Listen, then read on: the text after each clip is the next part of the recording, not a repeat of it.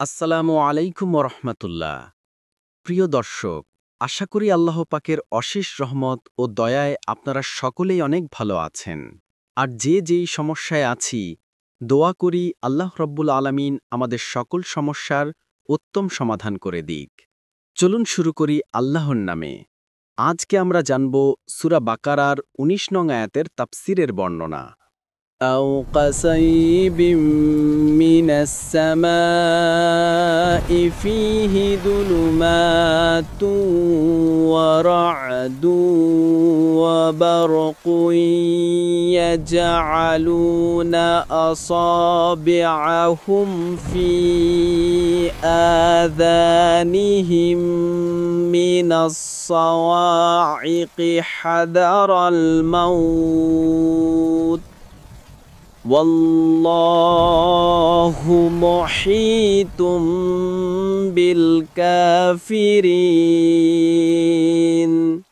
এই আয়াতের বাংলা অর্থ, অথবা তাদের দৃষ্টান্ত সেই প্রবল বৃষ্টির মতো যা আকাশ থেকে নেমে আসে, তাতে থাকে ঘন অন্ধকার, বজ্রধ্বনি ও বিদ্যুৎ চমক।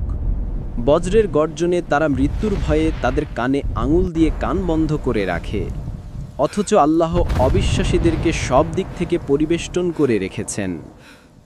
এই আয়াতের তাফসির ইবনে কাসির রহিমাহুল্লাহ বলেন, এই আয়াতে দুলুমাতুন অর্থাৎ অন্ধকার শব্দটি দ্বারা তাদের সংশয়, অবিশ্বাস, দ্বিধাদ্বন্দ্ব ও নিফাককে বোঝানো হয়েছে।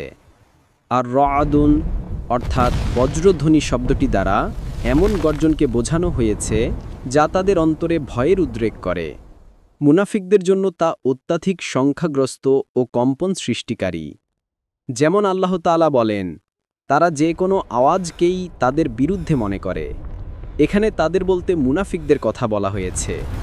অপর আয়াতে আল্লাহ তাআলা বলেন, ওরা আল্লাহর নামে শপথ করে যে ওরা তোমাদেরই অন্তর্ভুক্ত, কিন্তু ওরা তোমাদের অন্তর্ভুক্ত নয়। বস্তুত ওরা এমন এক সম্প্রদায় যারা ভয় করে থাকে। ওরা কোনো আশ্রয়স্থল, কোনো গিরিগুহা অথবা কোনো প্রবেশস্থল পেলেই ওদিকেই দ্রুত পালিয়ে যাবে। সূরা আত-তাওবা আয়াত ৫৬ ও ৫৭। আজকের আলোচিত সূরা বাকারার এই আয়াতের ৪টি অংশ রয়েছে। প্রথম অংশ বলা হচ্ছে, অথবা তাদের দৃষ্টান্ত সেই প্রবল বৃষ্টির মতো যা আকাশ থেকে নেমে আসে। এখানে আবার মুনাফিকদের একটি নতুন দৃষ্টান্ত দেয়া হয়েছে। যেমন করে প্রবল বৃষ্টির সাথে সাথে অন্ধকার, বজ্রধ্বনি ও বিদ্যুৎ চমক আসে, ঠিক তেমনি কোরআনের আয়াতও তাদের জন্য কখনো কখনো উপকার বয়ে আনে, আবার কখনো তা ভয় ভীতিরও সঞ্চার করে। দ্বিতীয় অংশে বলা হচ্ছে, তাতে থাকে অন্ধকার, বজ্রধ্বনি ও বিদ্যুৎ চমক। অন্ধকার দ্বারা তাদের অন্তরের সত্যকে বাতিল বলার প্রবণতাকে বোঝানো হয়েছে। বজ্রধ্বনি দ্বারা বোঝানো হয়েছে কোরআনের ভয়াবহ শাস্তির বর্ণনা তাদের অন্তরে আতঙ্ক সৃষ্টি করে।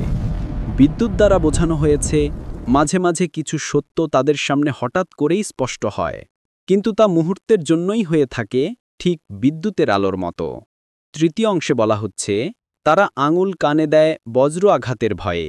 মুনাফিকরা যখন আল্লাহর কিতাব ও রাসূল সাল্লাল্লাহু আলাইহি ওয়াসাল্লামের দাওয়াত শোনে, তখন ভয় পেয়ে কানে আঙুল দিয়ে কান বন্ধ করে নেয়, যেন তা তাদের অন্তরে না পৌঁছায়। তারা যদিও মৃত্যু ভয়ে আতঙ্কিত থাকে, তবুও সত্যকে গ্রহণ করে না। চতুর্থ ও শেষ অংশে বলা হচ্ছে, আল্লাহ কাফিরদেরকে সব দিক থেকে পরিবেষ্টন করে রেখেছেন। তারা যতই সত্য থেকে পলায়ন করুক না কেন, তারা আল্লাহর কবল থেকে রক্ষা পাবে না। আল্লাহ তাদেরকে সব দিক থেকে নিয়ন্ত্রণে রেখেছেন। এই আয়াত থেকে আমাদের সকলের জন্য শিক্ষণীয় বিষয় হচ্ছে, ১. সত্যের আলোকে ভয় পাওয়া ও তার শুনলে মানতে হবে, এই ভাবনায় সত্য কথা শোনার সময় নিজের কান বন্ধ করে দেয়া হল মুনাফিকদের স্বভাব। ২. আল্লাহর আয়াত থেকে পালিয়ে কখনো নিরাপত্তা পাওয়া যায় না। ৩. দুনিয়ায় যত চেষ্টাই করুক, আখিরাতে কাফের ও মুনাফিকরা আল্লাহর কবল থেকে রক্ষা পাবে না। হাদিসে এসেছে, রাসূলুল্লাহ সাল্লাল্লাহু আলাইহি ওয়াসাল্লামকে ইহুদিরা জিজ্ঞেস করল যে, রআদুন কি? রাসূলুল্লাহ সাল্লাল্লাহু আলাইহি ওয়াসাল্লাম বললেন, এটা আল্লাহর ফেরেশতাদের মধ্যে এক ফেরেশতা, যাকে মেঘমালার সঞ্চালনের দায়িত্ব দেয়া হয়েছে। তার হাতে আগুনের চাবুক থাকে। সে এটা দিয়ে মেঘকে যেখানে আল্লাহর নির্দেশ হয় সেখানে ধমকিয়ে ও হাঁকিয়ে নিয়ে যায়। তারা বলল, তাহলে যে আওয়াজ শোনা যায় সেটা কি? তিনি বললেন, সেটা তার গর্জন। শেষ কথা হচ্ছে, ১. এই আয়াতে মুনাফিকদের মানসিক অবস্থাকে ঝড় বৃষ্টির সাথে তুলনা করে বিষয়টিকে বোঝানো হয়েছে। ২. তারা কোরআনের হেদায়েত থেকে পালিয়ে নিরাপত্তা খোঁজে, কিন্তু আল্লাহর নিয়ন্ত্রণ থেকে কেহই রক্ষা পেতে পারে না। ৩.